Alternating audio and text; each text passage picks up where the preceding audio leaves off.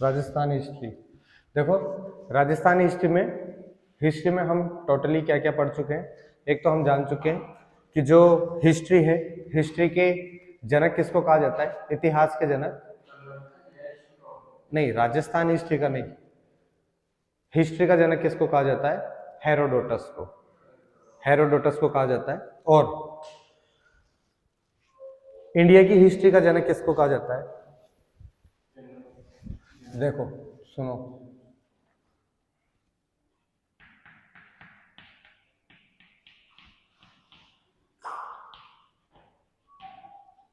कौन है इतिहास के जनक, कौन है, हेरोडोटस। ठीक है। भारतीय इतिहास के जनक कौन है,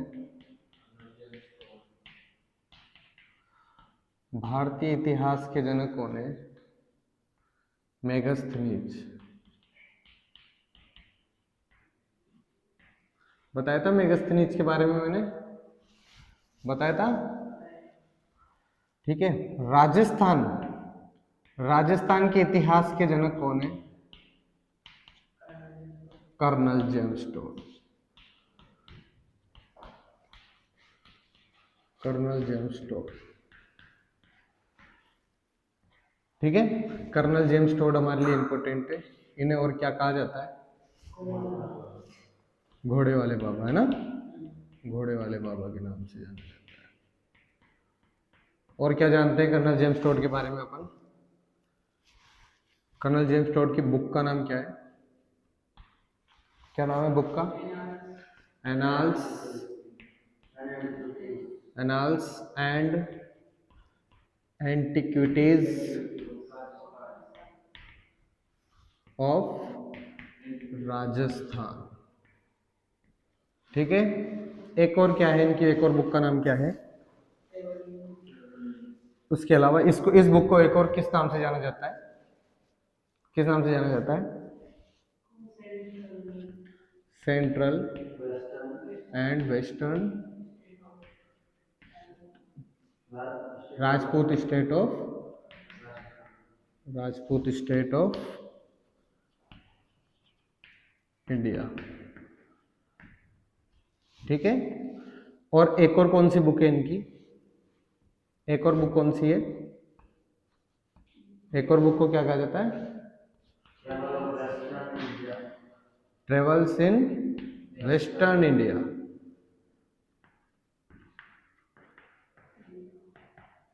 ठीक है। ये बुक कब पब्लिश हुई है, 1829 में। ठीक है। कर्नल जेम्स टोड जो है, इनका जो टाइम पीरियड है वो कब से कब तक रहा है, क्या थे colonel James Tod, colonel James Tod क्या थे, क्या बनाया गया था कर्नल जेम्स टोड को, कर्नल जेम्स टोड को पॉलिटिकल एजेंट बनाया गया था, पॉलिटिकल एजेंट बनाया गया था। कहाँ का, कहाँ का, मेवाड़, मेवाड़ का। ठीक है। मेवाड़, अभी अभी मेवाड़ को किस उससे जाना जाएगा, अगर देखा जाए बड़ा जिला कौन सा है मेवाड़ का, कौन सा, उदयपुर, उदयपुर। ठीक है। उदयपुर में थे, पॉलिटिकल एजेंट बनाया गया था। कब से कब तक बनाया गया था पॉलिटिकल एजेंट इन्हें, 1818 से 1821 तक बनाया गया था। ठीक है। 1818 से 1821 तक बनाया गया था। इसके अलावा 1829 में जो पब्लिश हुई है बुक, कहाँ पर पब्लिश हुई है, लंदन में पब्लिश हुई है। ठीक है। कहाँ पब्लिश हुई है, लंदन में पब्लिश हुई है। ट्रेवल्स इन वेस्टर्न इंडिया कब पब्लिश हुई है, ये कब हुई है, 1837 में। किसने पब्लिश की थी, किसने पब्लिश की थी, किसने पब्लिश की थी, जो कर्नल जेम्स टोड थे, इनकी वाइफ ने, वाइफ का नाम नहीं आता है, जो कर्नल जेम्स टोड है इनकी, किसने, वाइफ ने। कब पब्लिश की है, ठीक है, 1837 में की है। 1829 में annals and antiquities of Rajasthan, central western Rajput state of India, ये पब्लिश हुई है 1829 में। क्लियर। सबसे पहले यहाँ से समझो 1818 से 1821 तक इनको पॉलिटिकल एजेंट बनाया गया है मेवाड़ का यानी उदयपुर का। इन्होंने पॉलिटिकल एजेंट रहते हुए राजस्थान में घूम घूम कर इतिहास को लिखना स्टार्ट किया है। ठीक है। कहाँ किस किस जगह से इतिहास को ले रहे हैं, हमने जैसे देखा कि मेन सोर्सेज जो है हिस्ट्री के जो इंफॉर्मेशन के सोर्सेज रहे, मतलब जानकारी के जो स्रोत है, कौन कौन से रहे हैं वो, एक तो आर्कियोलॉजिकल यानी पुरातात्विक, और दूसरा एक तो पुरातात्विक रहे हैं और दूसरा कौन सा रहा है, साहित्य। ठीक है। तो पुरातात्विक और साहित्य दोनों से इन्होंने क्या किया है, इतिहास का संग्रह करने का काम किया है, या हम कहें कलेक्ट करने का काम किया है। ठीक है। यहां से इसके अलावा कर्नल जेम्स टोड हो गया, पुरातात्विक और साहित्य, इस पे आते हैं। इतिहास जो है, पहले इतिहास को समझो। जो भारतीय इतिहास है या मेनली जो इतिहास है उसको 3 भागों में डिवाइड किया है। बताया था मैंने 3 भागों में डिवाइड किया जाता है। एक होता है प्री, है ना, जैसे प्रागैतिहासिक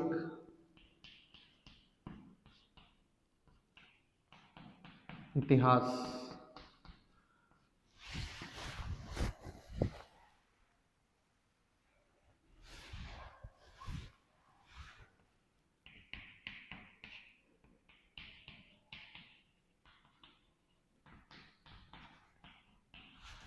पहला है प्रागैतिहासिक इतिहास, दूसरा है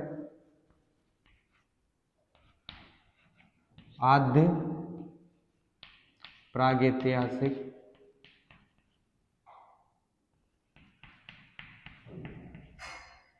इतिहास,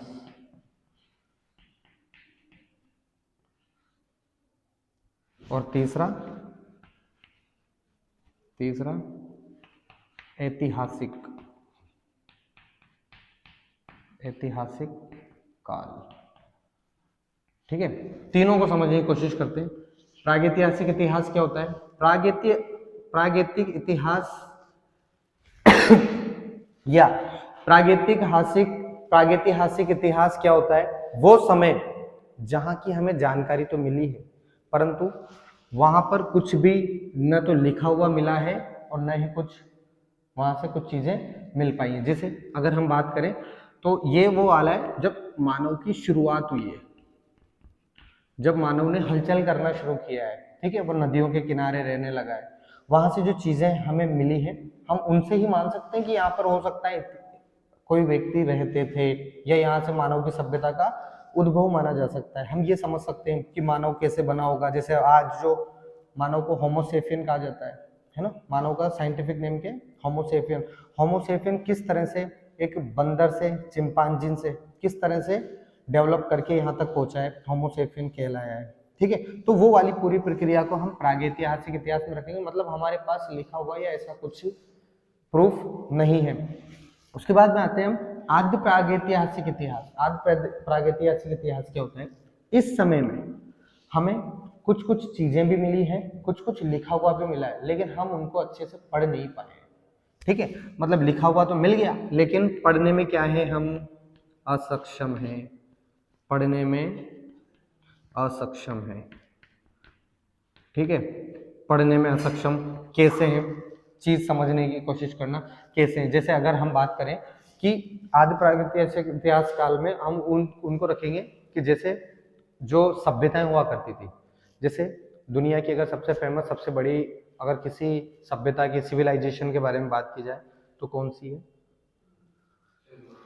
ये एशिया की है। दुनिया की जो यूनान में पाई जाती थी, सॉरी यूनान में नहीं, जो कहाँ थी, मिडिल ईस्ट है ना, गल्फ कंट्रीज, वहां पर। इराक वर्तमान में कहाँ पाई जाती है? इराक में पाई जाती है वर्तमान में। ठीक है। इराक में कौन कौन सी नदियां थी? दजला और फरात, 2 नदियां थी। दोनों नदियों के बीच में जो इराक है उसमें आप देखोगे इस तरह से दजला और फरात नदी गई हुई है। जो फरात नदी है वो ईरान और इराक को अलग करने का काम करती है। तो ये जो नदियां हैं इनके बीच का जो क्षेत्र था, यहाँ पर एक सभ्यता बसी हुई थी। उस सभ्यता को क्या कहा जाता है? मेसोपोटामिया, क्या कहा जाता है? मेसोपोटामिया। यहाँ से हमें लिखी हुई चीजें भी मिली हैं कि किस तरह से लिखना प्रारंभ हुआ है, ठीक है। ऐसी बहुत सारी चीजें भी मिली हैं, जैसे एक आगे पढ़ोगे आप, एक मुंडी मिली थी जिसमें जो उसको संगमरमर की बनाई हुई थी, उसमें छेद हुआ था। मतलब हम ये समझ सकते हैं कि इसमें कानों में छेद था, उसकी खोपड़ी में छेद था। इसका मतलब हम ये समझ सकते हैं कि पहले के लोगों के पास जब ये संगमरमर की मुंडी बनाई गई है, क्योंकि इराक में संगमरमर नहीं मिलता है, संगमरमर सऊदी अरब साइड पे मिलता है, तो इसका मतलब उनके बीच में क्या था? तालमेल भी था। पूरे गल्फ कंट्रीज आपस में एक दूसरे के साथ क्या रखते थे? कनेक्शन भी रखते थे, ठीक है। तो हम यहाँ से समझ सकते हैं कि संगमरमर वहां से आया है और इसमें छेद है, इसका मतलब यहाँ पर क्या करते होंगे? गहने पहनाते होंगे इनको। कान में छेद है, इसका मतलब यहाँ पर कुछ पहना रखा होगा इन्होंने, या सिर में छेद है, इसका मतलब यहाँ भी इन्होंने कुछ टिकला टाइप का लगाया होगा। तो यहाँ से इन चीजों की ऐसे जानकारी मिली है, लेकिन हम सिर्फ क्या लगा पाए हैं? अनुमान लगा पाए हैं, अनुमान लगा रहे। इसके अलावा कुछ ऐसी लिपियां मिली है। अब ये तो हो गया मेसोपोटामिया, वर्ल्ड की बात हो गई। एशिया पे आते हैं, एशिया के बाद दक्षिण एशिया में आते हैं, साउथ एशिया की बात करते हैं। तो हमारे यहाँ पर सबसे फेमस, सबसे पुरानी सभ्यताओं में मानी जाती है, कौन सी है? कौन सी सभ्यता? सिंधु घाटी सभ्यता। सिंधु घाटी कहाँ पर है? सिंधु घाटी वर्तमान में कौन से क्षेत्र में है? कौन से देश में? पाकिस्तान में, ठीक है। पाकिस्तान में सिंधु घाटी सभ्यता है। सिंधु घाटी का मतलब समझो, जैसे मैंने इसमें बताया ना, दजला और फरात नदी के बीच की सभ्यता हुआ करती थी। इसका मतलब ये जो सिंधु घाटी सभ्यता है, ये सिंधु नदी के आसपास बसी हुई थी, ठीक है। सिंधु नदी जो आपको पता होगा तिब्बत के मानसरोवर से निकलती है और इस तरह से भारत के कश्मीर को क्रॉस करती हुई एलओसी और एलओसी से होकर पाकिस्तान में होकर समुद्र में जाके गिरती है, ठीक है। तो इसका ये वाला जो क्षेत्र है, जो हमारे लगभग राजस्थान के भी पास है ना, कश्मीर में होकर तो जा ही रही है, तो ये वाला जो एरिया है, इस जगह पर क्या पाए गए हैं? सभ्यता पाई गई है। अलग अलग क्षेत्र हुआ करते थे, अलग अलग नगर हुआ करते थे। इसकी राजधानी जो है वो किसको माना जाता है? किसको माना जाता है? मोहनजोदड़ो एक नगर था, ठीक है। राजधानी किसको माना जाता है? हड़प्पा सभ्यता, है ना। जो सिंधु घाटी सभ्यता है उसमें सबसे बड़ा नगर कौन सा हुआ करता था? हड़प्पा हुआ करता था। हड़प्पा के ही छोटे छोटे नगरों में एक हुआ करता था मोहनजोदारो, ठीक है। मोहनजोदारो हुआ करता था, जो पाकिस्तान राजस्थान से सटा हुआ क्षेत्र है उस जगह पे। इसके अलावा जितना भी जो मोहनजोदड़ो वाला क्षेत्र था, इस क्षेत्र के पास, अब हम इसे राजस्थान, हम क्यों पढ़ रहे हैं इसे? क्योंकि राजस्थान से कनेक्टेड था मोहनजोदड़ो। मोहनजोदड़ो जो हड़प्पा सभ्यता है, ये कनेक्टेड है। हम पढ़ेंगे आगे कि कालीबंगा को पढ़ेंगे, बेराट को पढ़ेंगे, है ना, इन क्षेत्रों को पढ़ेंगे, बागोर पढ़ेंगे, बेणेश्वर पढ़ेंगे, है ना, गणेश्वर सभ्यता, गणेश्वर पढ़ेंगे। इन सभ्यताओं को पढ़ेंगे कि ये कहीं ना कहीं उस सभ्यताओं से मिली हुई हैं। जैसे कालीबंगा के बारे में पढ़ेंगे कि यहाँ पर काली चूड़ियाँ मिली हैं, जुते हुए खेत मिले हैं, ना, यहाँ से सवाल बनता है इन सभ्यताओं से, ठीक है। तो ये ऐसा काल था। अब अगर हम बात करें सिर्फ मोहनजोदड़ो, या फिर हम कहें हड़प्पा, या हम कहें सिंधु घाटी सभ्यता, सिंधु घाटी सभ्यता में हम कुछ ऐसी लिपियां हैं या ऐसे लिखे हुए स्रोत मिले हैं जिन्हें हम क्या नहीं कर पाए हैं? पढ़ नहीं पाए हैं, ठीक है। और जब हम उन्हें पढ़ नहीं पाए तो हमने क्या कर दिया? उनको रख दिया है एक तरफ कि इन फ्यूचर कभी पढ़ लेंगे। आप एक सवाल और पूछा जाता है कि जो सिंधु घाटी सभ्यता में लिपि मिली है वो किस दिशा में लिखी हुई है? किस दिशा से किस दिशा की तरफ लिखी हुई है? दाएं से बाएं लिखी हुई है, बाएं से दाएं लिखी हुई है?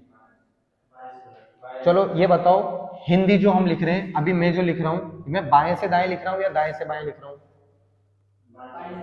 मैं बाएं से दाएं लिख रहा हूं, क्योंकि मेरा बायां हाथ इधर है ना, तो मतलब मैं इधर से इधर लिख रहा हूं, तो बाएं से दाएं लिखी जाती है हिंदी, इंग्लिश। जबकि जो हमें सिंधु घाटी सभ्यता में लिपि मिली है वो किस तरफ लिखी हुई है? दाएं से बाएं की तरफ लिखी हुई मिली है। और इसी भाषा, इसी तरीके से, इसी पैटर्न में और कौन सी लैंग्वेज लिखी जाती है? उर्दू लिखी जाती है। उर्दू के अलावा अरेबिक लिखी जाती है, ठीक है ना। ये ऐसी लैंग्वेजेज हैं जो ये भी राइट टू लेफ्ट लिखी जाती है, क्लियर। तो ऐसी कई ऐसे स्रोत मिले हैं, कई ऐसी चीजें मिली हैं जिनको हम क्या नहीं कर पाए हैं? पढ़ नहीं पाए हैं। उन्हें कहाँ रखेंगे हम? आद्य प्रागैतिहासिक इतिहास में रखेंगे। इसके बाद में आता है ऐतिहासिक काल। ये ऐसा इतिहास है ना, जिस टाइम पर हेरोडोटस ने क्या लिखी है, हेरोडोटस ने क्या लिखी है, हिस्टोरिका लिखी है। क्या नाम है हेरोडोटस की बुक का, क्या नाम है, हिस्टोरिका। ठीक है, ये बुक है किसकी, हेरोडोटस की। क्लियर। ये ऐतिहासिक काल रहा है, यहाँ पर हमने चीजों को लगभग लगभग सब कुछ पढ़ लिया है, सब कुछ समझ लिया है। ठीक है, समझ के इसको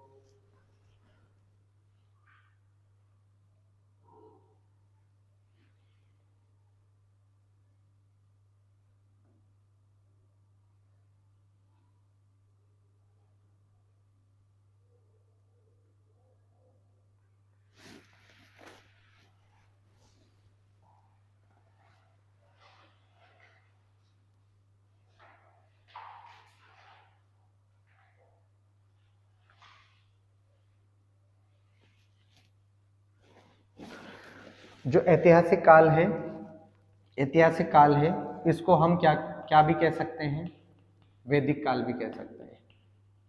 ठीक है, वैदिक काल भी कह सकते हैं। मतलब ये वो समय रहा है जब हमारे वेदों की क्या हुई है, रचना हुई है। ठीक है, जैसे हमारे जो महाभारत है, रामायण है, ये इस काल में लिखे गए। मतलब हम जब भाषा को, शब्दों को, लिपि को अच्छे से जानने लग गए थे उस समय। ठीक है, वैदिक काल की सबसे ज्यादातर जितनी भी हमें भारत में जितने भी ऐतिहासिक स्रोत पाए जाएंगे, सब लगभग किस भाषा में पाए जाएंगे, संस्कृत में पाए जाएंगे। ठीक है, संस्कृत में ही पाए जाएंगे। रामायण, महाभारत, रामचरितमानस, है ना, जितने भी ग्रंथ हमें वेद की बात कर लेते हैं। वेद कितने वेद हैं, वेद जानते हो कितने हैं, 4 वेद हैं। कौन कौन से, ऋग्वेद, ऋग्वेद,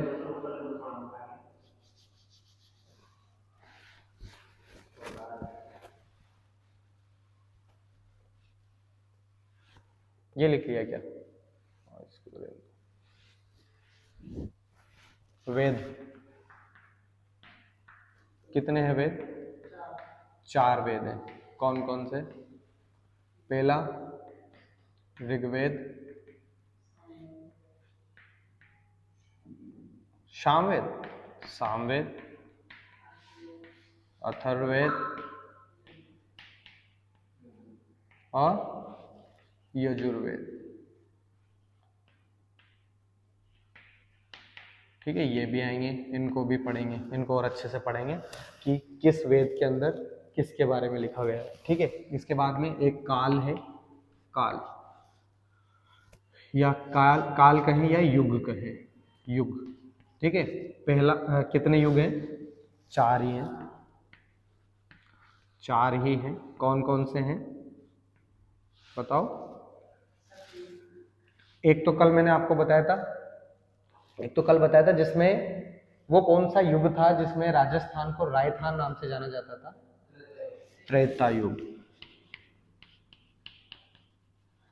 त्रेता युग।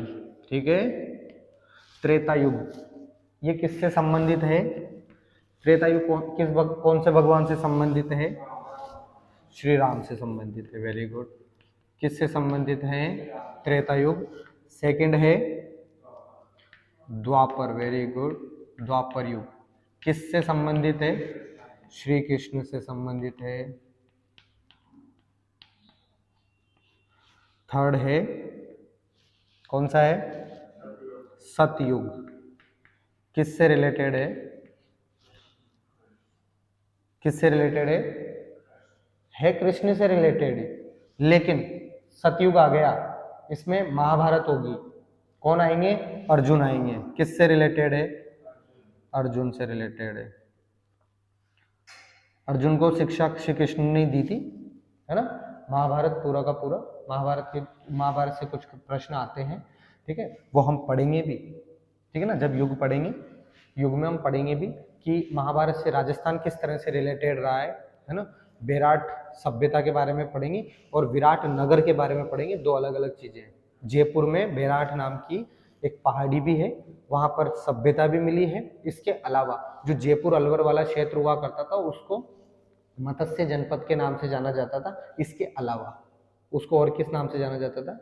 विराट नगर के नाम से भी जाना जाता था। ठीक है। सतयुग किससे रिलेटेड है? अर्जुन से रिलेटेड है। चौथा, चौथा कौन सा है? चौथा कौन सा युग चल रहा है अभी? वेरी गुड, कलियुग। ये किससे रिलेटेड है? ये किससे रिलेटेड है? किससे रिलेटेड है? कली अवतार होने वाला है ना? कल की, कल की और कली दोनों के बीच में युद्ध होगा। जानते हो इसके बारे में? जब पढ़ेंगे जब बताऊंगा, है ना? कली अवतार होने वाला है, ठीक है ना? ये कलियुग है। मतलब जब भी कोई राक्षस आता है दुनिया के अंदर, अवतार लेता है, तो प्रभु प्रभु भी क्या करते हैं? अवतार लेते हैं और उसका सर्वनाश करने का काम करते हैं।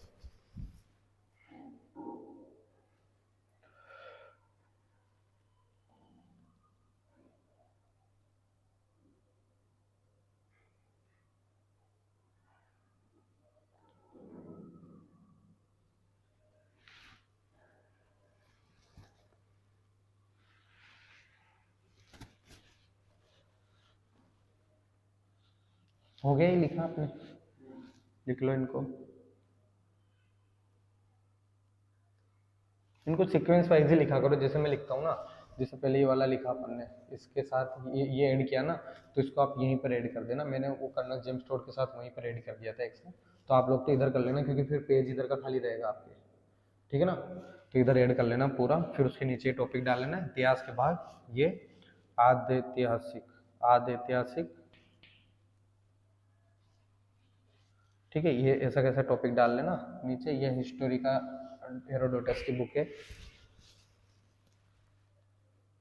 ठीक है, बाकी एक्स्ट्रा कुछ लिखा हुआ है ही नहीं। ये युग का अलग से स्टार डाल लेना, ये वेद का अलग से स्टार डाल लेना। हम्म, अच्छा। यहाँ चौथा जो है युग कौन सा है?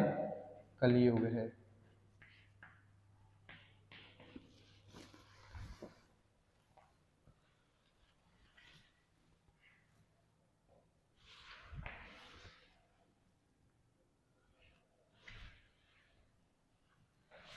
ठीक है,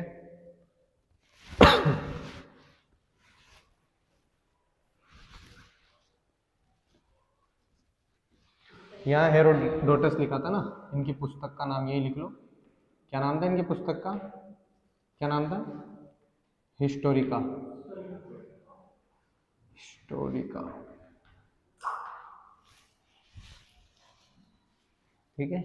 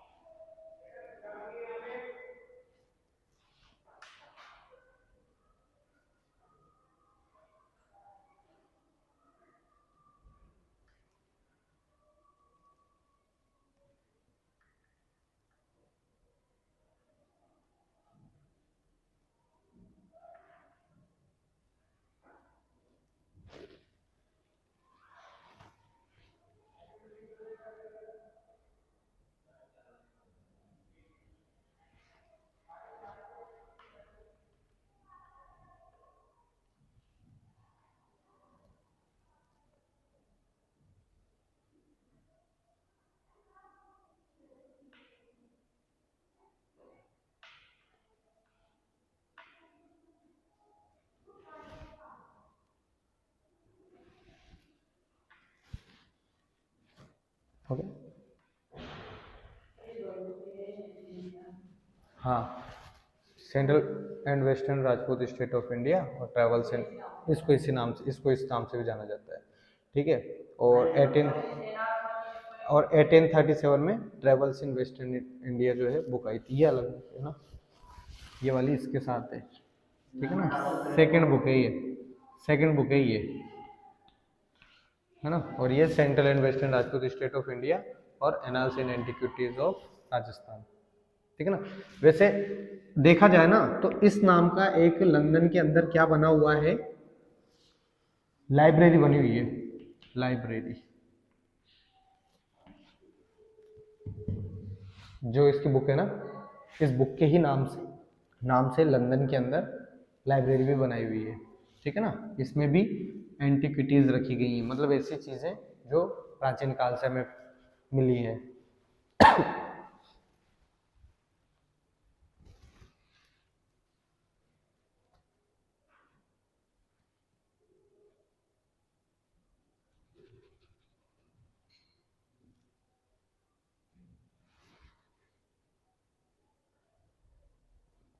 हो गया,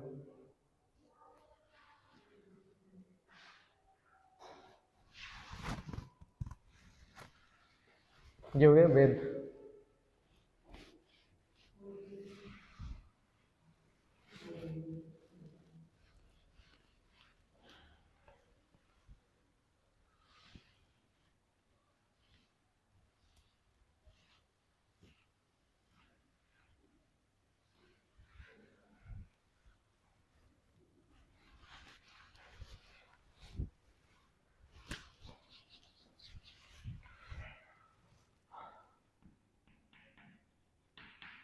महाभारत किसने लिखी थी, किसने लिखी थी महाभारत, वेद व्यास जी ने। कौन सी भाषा में लिखी थी, संस्कृत में, ठीक है। वेद व्यास जी ने लिखी थी। महाभारत को पहले किस नाम से जाना जाता था, महाभारत को पहले किस नाम से जाना जाता था, प्रश्न होता है, ठीक है। किस नाम से जाना जाता था, जय संहिता के नाम से जाना जाता था, जय संहिता के नाम से जाना जाता था, ठीक है। जब वेद और युग लिखे हैं तो उसके साथ ये भी लिख लेना। महाभारत किसने लिखी, वेद व्यास जी ने लिखी है, संस्कृत भाषा में लिखी है, और इसके अलावा इसको पहले पुराना नाम क्या है, जय संहिता, क्लियर। अब देखो अभिलेख पे पहुंच चुके हैं। अब हम पुरातात्विक देख रहे हैं ना, अभिलेख में हम देखते हैं कि अभिलेख होता क्या है। अभिलेख चाहे वो ताम्र पट्टिका पे लिखा हुआ हो, पत्थर पे लिखा हुआ हो, उसको शिलालेख बोलेंगे, ठीक है ना। और तांबे के पत्ती पे लिखा हुआ हो तो उसको क्या बोलेंगे, ताम्र पट्टी, या और एक और क्या, ताम्रपत्र, है ना। कॉपर प्लेट इंस्क्रिप्शंस, ठीक है। इंग्लिश मीडियम से नहीं हो ना, दोनों हिंदी से हो ना। वैसे उसको कॉपर प्लेट इंस्क्रिप्शन भी कहा जाता है इंग्लिश में, ठीक है। तो अपन तो ताम्रपत्र पे ठीक है ना। ताम्रपत्री कहा जाता है। अभिलेख किसी भी चीज पे लिखा हुआ होता है उसको क्या कहा जाता है, अभिलेख कहा जाता है। अगर पत्थर पे लिखा हुआ है तो उसको शिलालेख कहा जाएगा, ठीक है। मतलब ऐसा लेख जो कोई ना कोई लिख कर गया है, ठीक है। अभिलेख, प्रशस्ति, शिलालेख,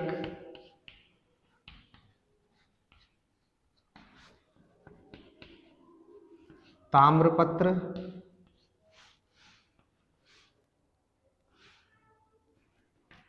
स्तंभ लेख, ये क्या होते हैं। स्तंभ लेख किसको बोलते हैं, वो जो पिलर्स होते हैं ना, बड़े बड़े पिलर्स होते हैं। पहले राजा महाराजा क्या करते थे, अपना जब किला बनवाते थे तो किले पर स्तंभ हुआ करते थे, खंबे, उन खंभों पर इतिहास लिखवा दिया करते थे, ठीक है। जैसे आपको पता होगा, फिर उसको इसी नाम से भी जाना जाता था। जैसे आप अगर कभी चित्तौड़ दुर्ग पे गए हो तो आपने पढ़ा होगा वहां पर विजय स्तंभ के बारे में, विजय स्तंभ, ठीक है। विजय स्तंभ, कीर्ति स्तंभ, इसी के पास में एक बहुत बड़ी मीनार जो कि राजस्थान पुलिस का लोगो है ना, राजस्थान पुलिस का लोगो है कुछ इस तरह से, और बीच में ये यहाँ पर इस तरह से क्या बनी हुई है, एक एक बिल्डिंग बनी हुई है लंबी, एक टावर बना हुआ है ना, उस टावर को क्या कहा जाता है, कीर्ति स्तंभ। ठीक है, ये हम आगे पढ़ेंगे कि किस तरह से 1437 में सारंगपुर का युद्ध हुआ था, सारंगपुर के युद्ध को राणा कुंभा ने जीता था, और उसकी ही याद में या उसी की उच्चारण के लिए कीर्ति स्तंभ बनाया गया था। कीर्ति स्तंभ, विजय स्तंभ, विजय स्तंभ, विजय स्तंभ जो था उस पे मतलब उसका बहुत उससे प्रश्न बनते हैं। ठीक है, पहले कि उसकी नवी मीनार पे क्या लिखा हुआ है, 9 मंजिला इमारत है वो, उस इमारत पे ये पूछा जाता है कितनी बार क्या क्या लिखा हुआ है, उस पर बिस्मिल्लाह लिखा हुआ है, ये पूछा जाता है। कोई यहीं पे कंफ्यूज हो जाते हैं कि विजय स्तंभ में क्या काम बिस्मिल्लाह का, लेकिन लिखा हुआ है ना। ऐसे बहुत सारी चीज़ें हैं जिसके प्रश्न उससे बनकर आते हैं विजय स्तंभ से। ठीक है, तो हमें ये जब आएगा 1437 राणा कुंभा को पढ़ेंगे तब पढ़ेंगे। ठीक है, क्यों बनवाया गया था, किस उपलक्ष्य में बनवाया गया था। ठीक है, उसके बाद में कीर्ति स्तंभ, उसके पास में एक और पिलर बनाया गया। कीर्ति स्तंभ पर किसकी कीर्तियां लिखी हुई है इसके बारे में भी पढ़ेंगे हम। कीर्ति स्तंभ पर जो कीर्तियां लिखी हुई है किसके लिए बनी हुई है, एक व्यापारी थे जैन जीजा, जैन जीजा व्यापारी थे, उन्होंने बनवाई थी वो, उसके बारे में आगे पढ़ेंगे जब हम वंश पढ़ेंगे, है ना। ये मेवाड़ वंश में आएगा क्योंकि चित्तौड़ मेवाड़ का क्षेत्र है ना, तब इनके बारे में पढ़ेंगे। तो स्तंभ लेख, जो स्तंभ होते हैं, जो पिलर्स, जो टावर्स बनाए जाते हैं, उन पे जो लिखा हुआ होता है उसको स्तंभ लेख कहा जाता है। ताम्रपत्र, जो तांबे, जिस समय तांबा मिल पाया था, तांबे की पत्तियां बनाई थी हमने, और उस पट्टी के ऊपर उकेर दिए जाते थे, शब्दों को गोद दिया जाता था, उसको क्या कहा हमने, ताम्रपत्र कहा या ताम्रपत्रिका कहा है। ठीक है, शिलालेख क्या होते हैं, शिलालेख क्या होते हैं, जो किस पे लिखे हुए होते हैं, पत्थर पर या बड़ी बड़ी चट्टानों पर लिख दिए जाते हैं, इनको क्या कहते हैं हम, शिलालेख कहते हैं। ठीक है, अभिलेख का मतलब समझ ही गए, अभिलेख ये सभी अभिलेख के अंदर ही आते हैं। ठीक है ना। अब प्रशस्ति क्या होती है, प्रशस्ति क्या होती है, जैसे कल हमने पढ़ा रायसेन प्रशस्ति, है ना, वैसे प्रशस्ति क्या होती है, प्रशस्ति होती है किसी एक वंश का या किसी एक राजा के बारे में क्या किया जाता है, उसमें वर्णन किया जाता है ना। वंश, वंश या राजा का क्या किया जाता है, वर्णन किया जाता है। क्लियर, समझ गए बात को, इन पे ऐसे सामने लिख लो।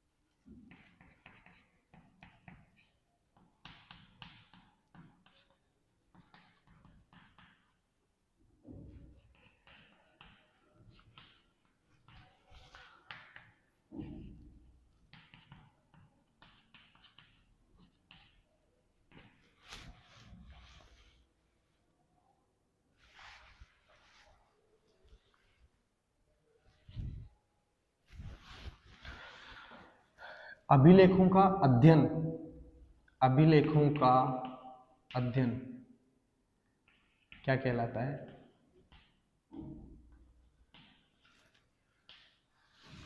अध्ययन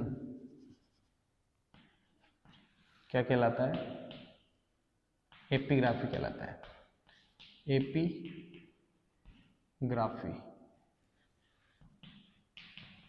ठीक है, अभिलेखों का अध्ययन क्या कहलाता है, एपिग्राफी कहलाता है।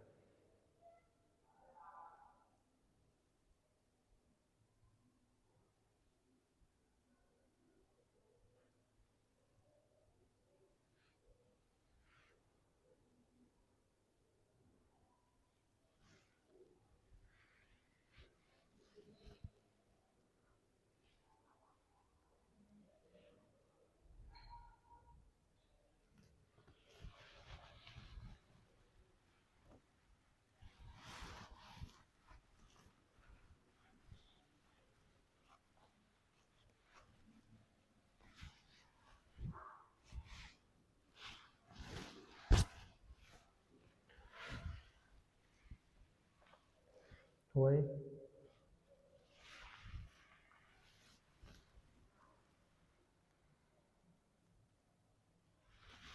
एपिग्राफी।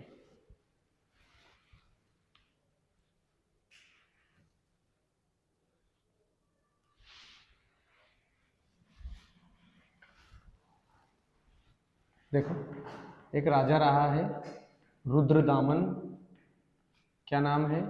रुद्रदामन। किस वंश का राजा रहा है? शक वंश का, शक शासक। ये शक क्या होते हैं? शक एक वंश है, आपको पता होगा। हमारे जो है कौन सा कैलेंडर चलता है? ग्रिगोरियन कैलेंडर चलता है। ग्रिगोरियन कैलेंडर कौन सा कैलेंडर है? मैंने बताया था आपको।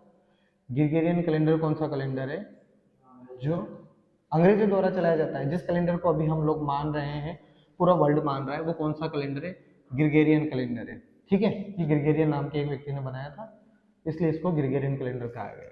लेकिन हमारे भारत में दो तरह के कैलेंडर चलते हैं, जिनको हम कैलेंडर को कैलेंडर नहीं, क्या कहते हैं? संवत कहते हैं। संवत कहते हैं ना। कौन सा संवत मानते हैं हम लोग? विक्रम संवत।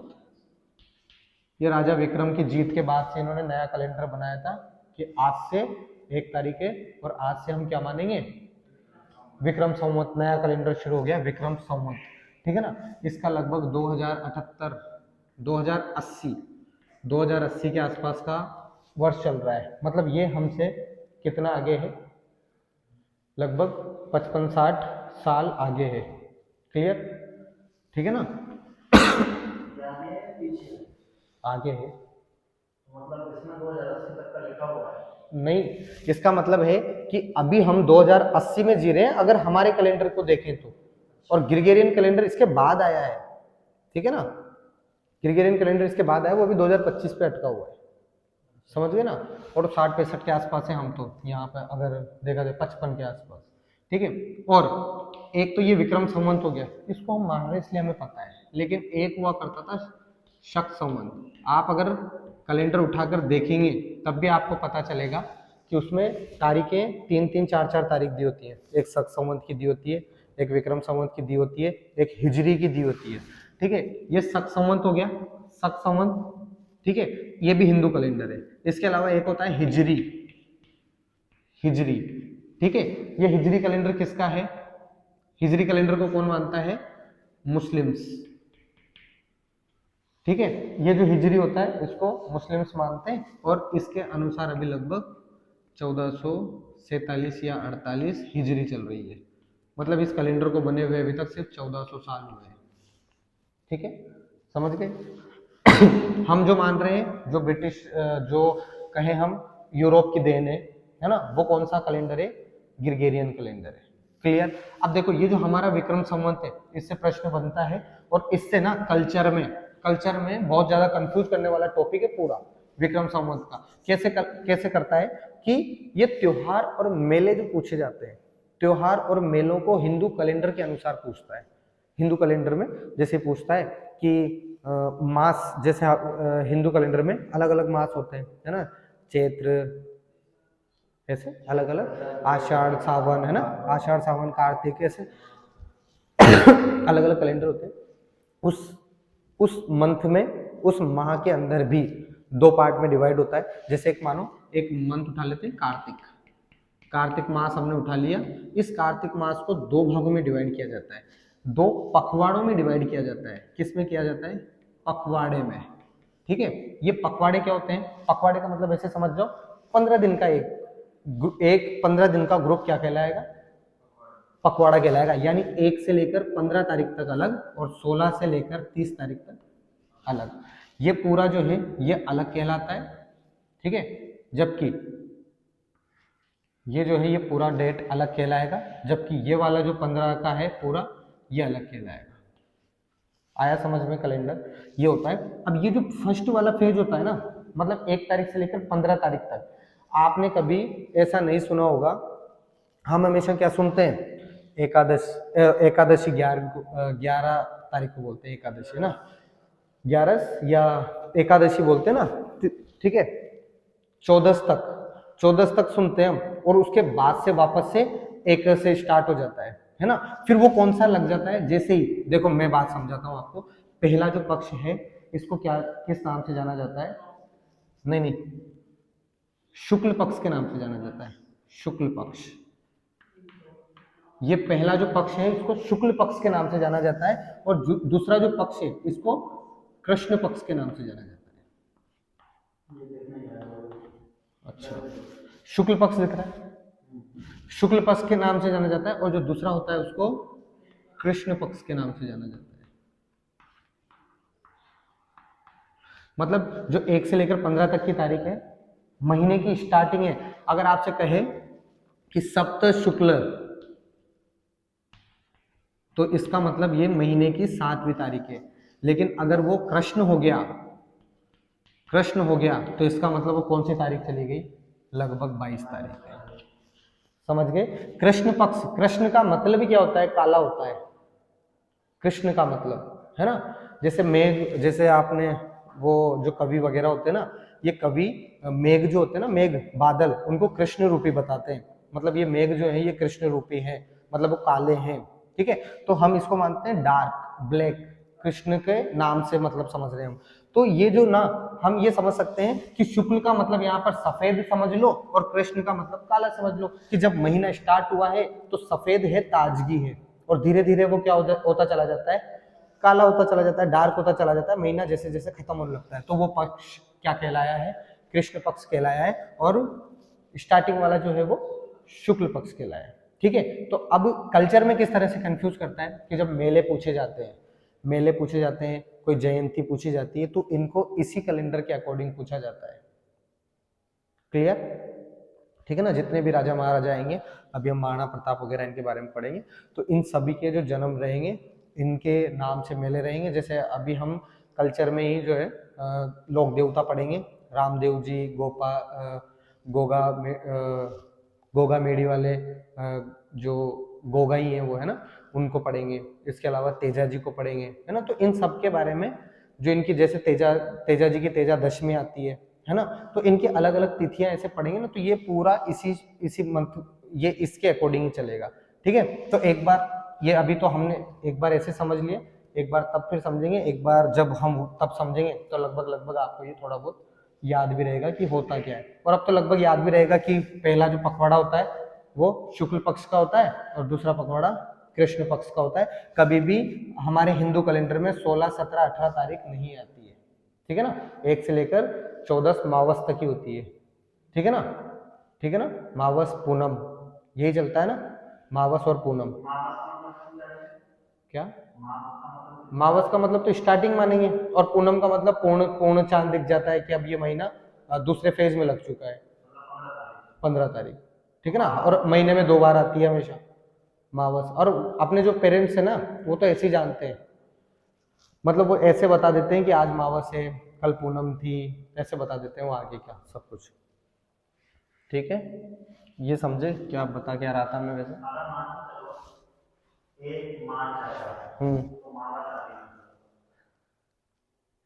नहीं, 1 मार्च को कभी भी 1 तारीख रहेगी नहीं, क्योंकि हमारा कैलेंडर अलग चलता है, और ये वाला जो ग्रेगोरियन कैलेंडर है ये अलग चलता है। लगभग लगभग हम कुछ दिन आगे पीछे चलते हैं। अगर हिजरी कैलेंडर की बात करोगे तो हिजरी कैलेंडर हमेशा 15 दिन पीछे चलता है। हम महीना कार्तिक उठा लो ना, कार्तिक, कार्तिक ले लो, आषाढ़ ले लो, सावन ले लो, जेठ ले लो, भादो ले लो, कोई सा भी एक महीना ले लो। कार्तिक ले लिया, तो इसका जो पहली तारीख है, द्वितीय तारीख है, तो इसमें प्रथम, जैसे कहाँ बताया था अभी, ये सप्तम, ऐसे प्रथम लग जाएगा, प्रथम लग जाएगा, पक्ष जुड़ जाएगा, शुक्ल पक्ष, शुक्ल पक्ष, ये 1 तारीख है। अगर यहाँ कृष्ण पक्ष होगा, वैसे प्रथम आता नहीं है, मावस और पूनम आता है ना। और अगर ये कृष्ण पक्ष होगा तो ये कृष्ण पक्ष लग गया, इसका मतलब कितनी तारीख होगी, 16 तारीख हो गई। हाँ, प्रथम आता है ना, प्रथम को, हाँ, इस नाम से ही जाना जाता है इसको, मतलब ऐसे प्रथम द्वितीय बोलते ही नहीं है ना। जैसे एकादशी आती है उसको 11सी बोलते हैं, उसको सीधा 11सी बोलते हैं, जो दशमी बोलते हैं उसको, हाँ ये बोलते हैं ना। और ज्यादातर ना जैसे नवमी है, ठीक है, एकादशी है, दशमी है, इन त्योहारों, इन तिथियों पर ही ना लगभग जितने भी त्योहार और जितने भी महापुरुष लोक देवता ये सब हैं, लगभग इन्हीं तिथियों पर सिमट जाते हैं, ठीक है ना। लेकिन कंफ्यूजन पैदा किया जाता है आपको राजा महाराजाओं पे, महाराणा प्रताप, राणा कुंभा, इनकी पूछी जाती है। मेले जो हमारे भरते हैं ना, अलग अलग जगह अलग अलग फेमस मेले होते हैं, उनके बारे में पूछा जाता है कि रामदेव जी का मेला कौन से माह में भरता है। तो वहां पर माह डायरेक्ट ये नहीं दिया, जैसे मरु उत्सव का पूछा, मरु उत्सव कब भरता है, मरु उत्सव अभी भरेगा फरवरी में, ठीक है। मरु उत्सव कहाँ भरा जाता है, जैसलमेर में भरा जाता है मरु उत्सव। लेकिन ये नहीं पूछता है कि ये ग्रिगोरियन कैलेंडर की डेट नहीं पूछता है, वो जो हमारा हिंदू जो कैलेंडर है विक्रम संवत, उसकी तिथियों के अनुसार पूछता है। क्लियर?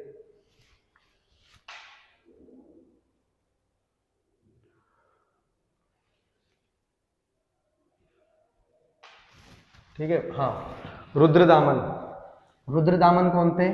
शक शासक थे, ठीक है ना। एक वंश था शक क्या है यहाँ पर, वंश को आइडेंटिफाई करता है शक, ठीक है। जैसे अगर मानो मैं लिखूं पृथ्वीराज चौहान शासक हुआ करते थे, तो चौहान जो है वो वंश है, ठीक है। तो ये रुद्रदामन क्या थे, एक शक शासक थे।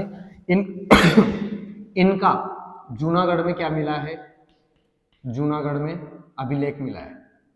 जूनागढ़ में क्या मिला है, अभिलेख, जूनागढ़ अभिलेख, जिसको किस नाम से जाना जाता है, जूनागढ़ अभिलेख। ये भारत का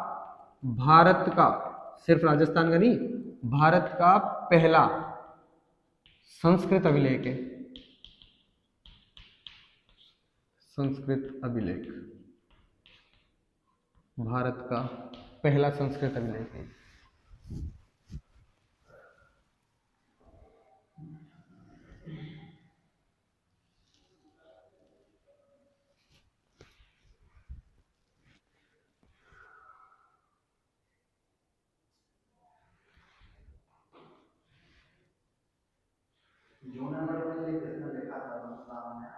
क्या रुद्रदामन शासक के समय का है ये, हाँ। लिखा हुआ नहीं है कि किसने लिखा था, बस ये आता है जूनागढ़ अभिलेख जो है, जूनागढ़ अभिलेख से प्रश्न आता है। और ये कहाँ पर है, जूनागढ़ राजस्थान में। कहाँ पर है ये, कहाँ आता है ये, अरे यार कहाँ आता है, क्या लिख रहा था मैं, राजस्थान में, अलवर, राजस्थान अलवर, भरतपुर में जूनागढ़ का दुर्ग।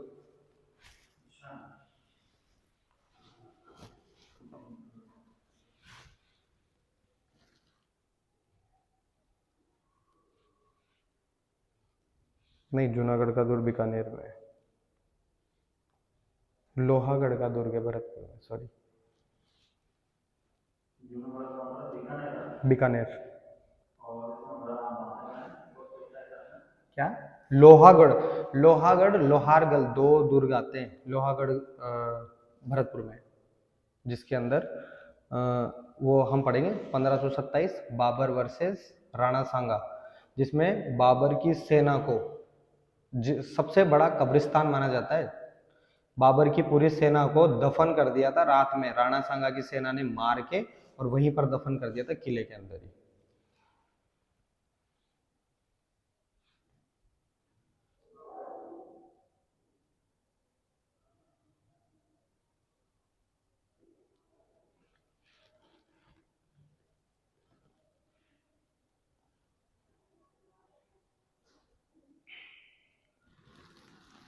ठीक है, और भारत के प्राचीनतम अभिलेखों में सबसे ज्यादा, अगर क्या हुआ,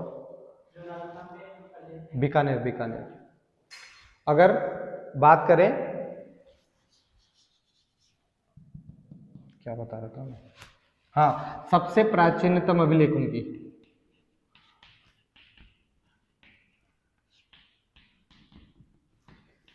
सबसे प्राचीनतम अभिलेख किसके द्वारा लिखे गए हैं, या किसके शासन काल के हैं, या सबसे ज्यादा किसके अभिलेख हैं, तो किसके हैं, सम्राट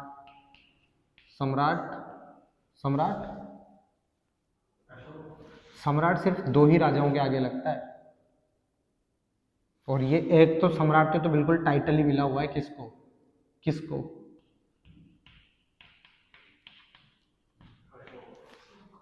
ठीक है। मतलब द ग्रेट ना बस दो राजाओं के आगे लगता है, एक तो अकबर और दूसरा पहला है अशोका, ठीक है, क्योंकि इनका शासनकाल पहले रहा है, ये तो बाद में है, ठीक है। अकबर का मतलब ही महान होता है, तो इस वजह से इसको भी माना जाता है कि अगर आगे महान लग जाए तो महान या तो अकबर है या फिर सम्राट अशोक है, ठीक है ना। जिसके आगे महान लगेगा वो किसी राजा के आगे महान नहीं लगता है, भारत के किसी भी राजा के आगे महान नहीं लगता है, महान सिर्फ अकबर के, अकबर महान कई किताबों में आपको मिलेगा अकबर महान, ठीक है ना, अकबर महान, या फिर सम्राट अशोक या महान अशोक, अशोक महान। सिर्फ ये दो ही राजा ऐसे रहे पूरे भारत के इतिहास में जिनको महान का टाइटल मिला है, महान के नाम से जाना जाता है। और टाइटल्स में भी टाइटल्स बहुत सारे हैं, अलग अलग टाइटल्स आते हैं, है ना। टाइटल्स जो राजाओं को टाइटल्स दिए गए हैं, जैसे हिंदुआ सूरज किसको कहा जाता है, हिंदुआ सूरज, राजस्थान के इतिहास में हमारे ना हिंदुआ सूरज किसको कहा जाता है। राजस्थान में जो कंपटीशन एग्जाम होते हैं ना, इनमें बहुत बार पूछा गया, दो तीन टॉपिक पूछे गए। एक तो हिंदुआ सूरज किसको कहा जाता है, एक हिंदू पथ किसको कहा जाता है, एक हिंदू पथी किसको कहा जाता है। ये जब राजा महाराजा पढ़ेंगे ना, और तीनों के तीनों मेवाड़ से ही है, ठीक है, तीनों मेवाड़ से आते हैं, तीनों के बारे में पढ़ेंगे। तीनों में से दो ही राजाओं को तीन टाइटल से ही अलग अलग, जैसे हिंदू पथ जो है, हिंदू पथ राणा कुंभा को कहा जाता है, उस पथ पर चलने वाले महाराणा प्रताप थे, इसलिए उनको हिंदू पथी कहा गया, ठीक है। इसके अलावा एक और टाइटल क्या दिया था मैंने, हिंदुआ सूरज, हिंदुआ सूरज महाराणा प्रताप को कहा जाता है, ठीक है ना। ये टाइटल भी कंफ्यूज करते हैं, ऐसे बहुत सारे टाइटल्स मिलेंगे आपको अलग अलग, सभी राजाओं के लिए अलग अलग, राजाओं के लिए अलग अलग टाइटल्स है।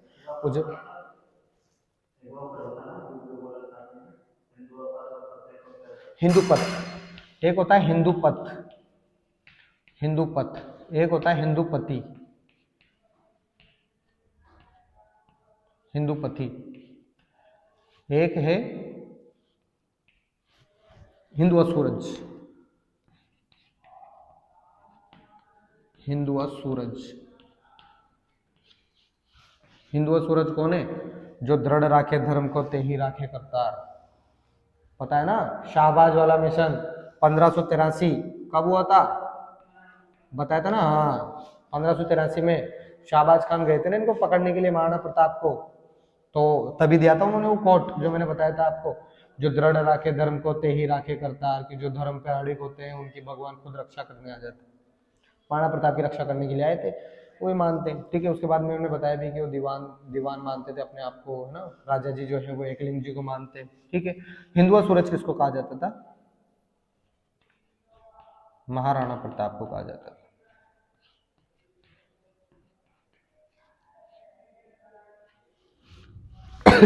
ठीक है। हिंदूपथ राणा सांगा, हिंदूपति महाराणा प्रताप, ठीक है। हिंदूपथ बनाने वाले और हिंदूपथ पर चलने वाले, ठीक है, हाँ हिंदूपति पे महाराणा, तीन तीन चार चार टाइटल मिले हुए हैं एक एक राजा को, आगे पढ़ेंगे हम। हाँ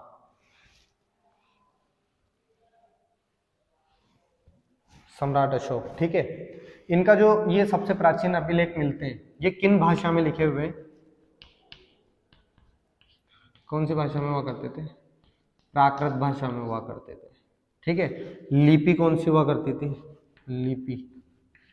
लिपि कौन सी हुआ करती थी, ब्राह्मी।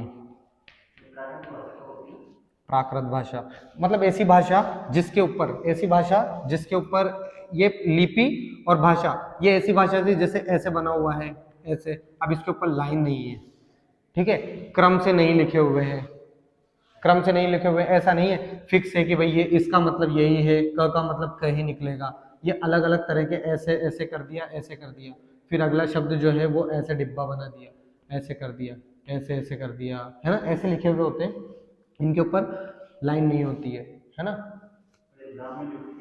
ये ब्राह्मी लिपि है जिसके ऊपर लाइन नहीं होती है, ब्राह्मी लिपि, ठीक है। प्राकृत भाषा वो है जो उस टाइम पर चली आ रही थी और इस तरह से उसको लिखा जाता था, ठीक है। ब्राह्मी लिपि होती है जिसके ऊपर, जैसे आज हम लोग ये लाइन खींच देते हैं ना ऊपर वाली, इस पे, उसमें माथा नहीं बांधा जाता था शब्दों को।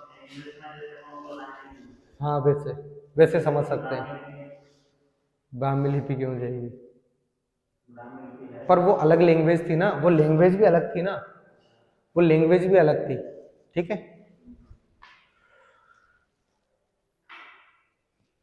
ठीक है, और इसके अलावा प्राकृत और मगधी भाषा में लिखते थे। मगधी, मगधी, मगधी कल बताया था मगध के बारे में मैंने कुछ। भारत का सबसे बड़ा महाजनपद कौन सा, कौन सा हुआ करता था भारत का सबसे बड़ा महाजनपद, मगध, ठीक है, मगध, जिसमें फिर मौर्य आए और अशोका मौर्य था। इसमें क्या लिखा हुआ है, हाँ ये भी लिखो कि इसमें क्या लिखा हुआ है, जो इसके जो प्राचीन, सबसे प्राचीन जो इसके स्तंभ रहे हैं ना, जो जिनको आज हम किसके नाम से जानते हैं, स्तूप जानते हो, स्तूप, स्तूप, स्तूप वगैरह होते हैं ना, स्तूप है, स्तंभ है, इन पे लिखा जाता था। अकबर के समय, सॉरी सम्राट अशोक के समय के सबसे ज्यादा स्तंभ वगैरह ही मिलते हैं। जैसे आज हमारा जो अशोक स्तंभ है वो भी अशोक के समय का ही है, ठीक है ना, अशोक स्तंभ है ना, वो अशोक स्तंभ भी तो है। उसके अलावा उस पे जो चक्र बना हुआ है वो, उसमें एक तरफ बेल बना हुआ है, एक तरफ घोड़ा बना हुआ है। अशोक स्तंभ को ध्यान से देखोगे तो नीचे एक तरफ घोड़ा है, एक तरफ बेल है, बीच में चक्र है ना, चारों तरफ शेर बने हुए हैं, जिसको आज सिक्के वगैरह पे, नोट